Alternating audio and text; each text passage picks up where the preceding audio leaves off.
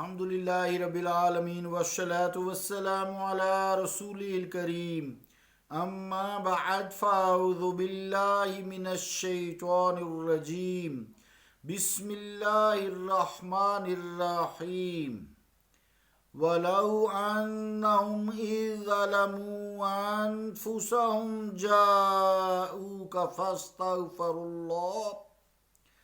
فاستغفروا الله واستغفر لهم الرسول لوجدوا الله توابا رحیما۔ صدق اللہ العظیم۔ واجب الاحترام سامعین، السلام علیکم ورحمۃ اللہ وبرکاتہ۔ آیت کریمہ جو میں نے تلاوت کرنے کی سعادت حاصل کی ہے، اس کا ترجمہ یوں ہے: اور اگر یہ لوگ ظلم کر بیٹھے تھے اپنے آپ پر تو حاضر ہوتے آپ کے پاس اور مغفرت طلب کرتے اللہ تعالیٰ سے، نیز مغفرت طلب کرتے ان کے لیے رسول کریم صلی اللہ علیہ وآلہ وسلم بھی، تو وہ ضرور پاتے اللہ تعالیٰ کو بہت توبہ قبول کرنے والا، نہایت رحم کرنے والا۔ اللہ کا قول سچا ہے جو بڑی ہی عظمت والا ہے۔ عزیزان گرامی قدر، السلام علیکم ورحمۃ اللہ وبرکاتہ۔ معترضین آتے رہتے ہیں، کچھ سمجھتے رہتے ہیں، کچھ سمجھتے رہتے ہیں اور کچھ وہیں پہ فوت ہوتے رہتے ہیں۔ یہ جو آیت کریمہ ہے یہ مدینہ پاک میں جنت البقیع میں بھی لکھی ہوئی ہے، غار حرا یا ادھر ادھر بہت ساری جگہ پہ لکھی ہوئی ہے، بڑے بڑے بورڈ لگے ہوئے ہیں۔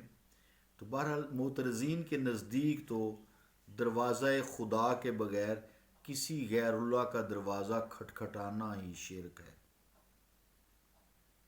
آپ سنتے ہیں اپنے معاشرے میں۔ مگر اب کیا کیا جائے؟ اس آیت کریمہ میں جو تنسیخ بھی نہیں ہے، منسوخ نہیں ہے، کسی دوسری آیت سے کینسل نہیں ہے، کہ خداوند عالم جاؤ کا صیغہ جمع استعمال کر رہا ہے اس آیت میں، کہ اے مصطفیٰ اگر یہ آپ کے دروازے پر حاضر ہوتے، اور پھر یہ نہیں کہ خالی کے حاضر ہوتے، نہ، کہ از خود وہ اللہ تعالیٰ کی بارگاہ میں اللہ سے مغفرت طلب کرتے، ویسے تو یہ کافی ہے، حقیقتاً کافی ہے، لیکن اب کیا کریں، اللہ تعالیٰ کا کلام ہے، خود بھی مغفرت طلب کرتے، بلکہ آپ بھی اللہ کی بارگاہ میں ان کے لیے مغفرت طلب کرتے، دعائے خیر فرماتے، تو یقیناً وہ اللہ تعالیٰ کو بخشنے والا، مہربان پاتے، توبہ قبول کرنے والا پاتے۔ اب جن کو دین کی سمجھ نہیں ہے، مخالفین ہیں، وہ کہتے ہیں کہ اللہ تعالیٰ سے براہ راست مانگو، درست ہے، اجیبوا دعوۃ الداعی اذا دعانی، اس میں تو کوئی شک نہیں ہے، کیوں نہیں مانگے، مانگنا چاہیے۔ تو اللہ تعالیٰ سے براہ راست مانگو، کیونکہ اس نے اجیبوا دعوۃ الداعی اذا دعان یہ بات کی ہے۔ اور پھر یہ بھی فرمایا اللہ کریم نے، یہ آپ کو مثال بھی دیتے ہیں لوگ، کہ وَنَحْنُ أَقْرَبُ إِلَيْهِ مِنْ حَبْلِ الْوَرِيدِ، وہ تو تمہاری شارک سے بھی زیادہ قریب ہے۔ لہٰذا کہتے ہیں جی یہ دیکھیں آیتیں ہیں، یہ بھی قرآن ہے، یہ بھی قرآن ہے جو میں نے بھی یاد پڑھی، یہ قرآن نہیں ہے، یہ قرآن سے باہر ہے، لہٰذا غیر اللہ سے توسل کا کوئی فائدہ نہیں۔ یہ آیتیں کی حوالہ دے کہتے ہیں، اور کسی مقبول بندے، مقبول بارگاہ الہی کے پاس دعا کرانے کے لیے چل کر جانے کی کوئی ضرورت نہیں، اپنے ماں باپ سے دعائیں کراتے رہتے ہیں، عقل جو نہیں ہے کیا کہیں آپ۔ مگر اللہ تعالیٰ فرماتا ہے اس آیت میں کہ ان کی آپ کے در دولت پر حاضری بھی شرط اجابت، یعنی دعا کی قبولیت کے لیے ضروری ہے۔ معافی کیجیے، کھانسی ذرا شروع ہوئی ہے۔ یہ بھی شرط اجابت میں سے ہے، اس کے علاوہ وہاں ان کی حاضری کے بعد بھی آپ بھی ان کے لیے پھر طلب مغفرت کرتے رہیے۔ آ جو گئے ہیں آپ کے در پر، میں نے حکم بھی فرمایا ہے، تو پھر کہیں جا کر اللہ تعالیٰ انہیں بخشے گا۔ اب جو لوگ پیچھے سے جو بات ہم کر رہے تھے، اصنام اور جو معبودان باطلہ ہیں، ان کے لیے جو آیات اتری ہیں، وہ آیات کو صرف غیر اللہ کے لفظ کا سہارا لے کر انبیاء اکرام علیہم السلام، صدیقین، شہداء، صالحین، اولیاء اکرام، استاد جو علماء خیر ہیں، جو فقیہ لوگ ہیں، وہ صرف غیر اللہ کے لفظ کا سہارا لے کر ان لوگوں پر چسپاں کرتے ہیں، ان ذوات مقدسہ پر بھی منطبق کرتے ہیں۔ ان سے ذرا ہم پوچھ سکتے ہیں کہ اگر وہ بھی اسلام کی طرح غیر اللہ تھے تو خدا نے پھر ان کے در دولت پر حاضری اور ان کی طلب مغفرت کو شرائط اجابت میں کیوں رکھا ہے، یعنی قبولیت کے لیے کیوں رکھا ہے؟ لوجد اللہ تواب الرحیمہ کیوں کہا ہے؟ حالانکہ اللہ تعالیٰ یہ بھی فرما سکتا تھا کہ اگر وہ مجھ سے براہ راست طلب مغفرت کرتے تو میں انہیں بخش دیتا، اللہ کے اختیار میں بخش دیتا، ان اللہ علی کل شیء قدیر، مگر ایسا نہیں فرمایا۔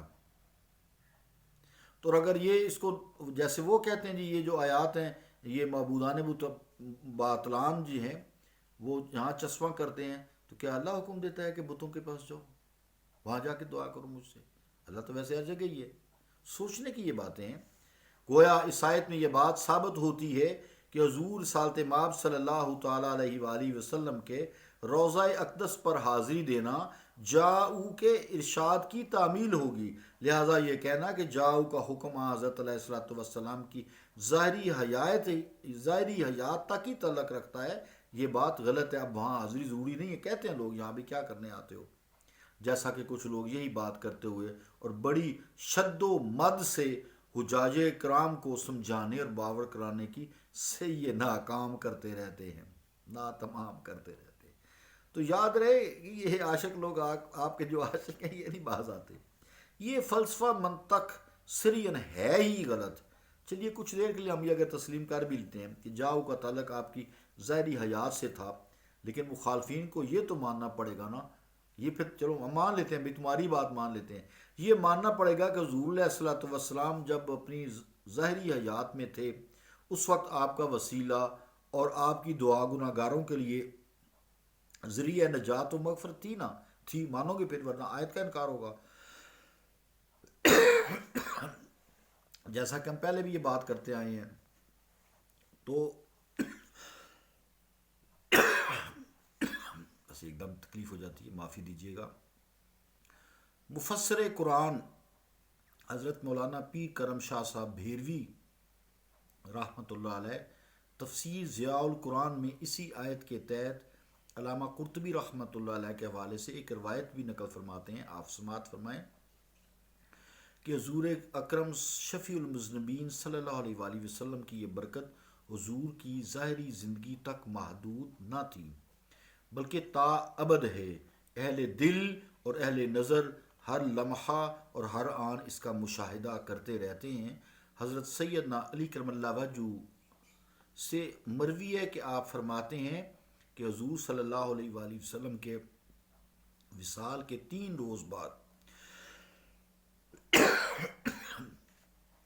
آپ کے وصال کے 3 روز بعد ایک اعرابی ہمارے پاس آئے اور فرط رنج و غم سے مزار پرنوار پر گر پڑے اور خاک پاک کو اپنے سر پر ڈالنا شروع کر دیا اور عرض کرنے لگے، اے اللہ کے رسول صلی اللہ علیہ وسلم، جو آپ نے فرمایا ہم نے سنا، جو آپ نے اپنے رب سے سیکھا وہ ہم نے آپ سے سیکھا، اور اسی میں یہ آیت بھی تھی، وَلَوْ أَنَّهُمْ إِذْ ظَلَمُوا أَنفُسَهُمْ جَاءُوكَ فَاسْتَغْفَرُوا اللَّهَ وَاسْتَغْفَرَ لَهُمُ الرَّسُولُ لَوَجَدُوا اللَّهَ تَوَّابًا رَحِيمًا۔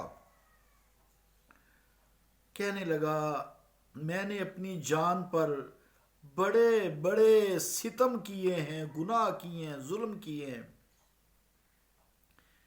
یا رسول اللہ میں آپ کی بارگاہ میں حاضر ہوا ہوں، اے سراپائے شفقت و رحمت میری مغفرت کے لیے دعا فرمائیے۔ فنودی من القبر، انہو قد غفر لکا، ترجمہ کیا ہے؟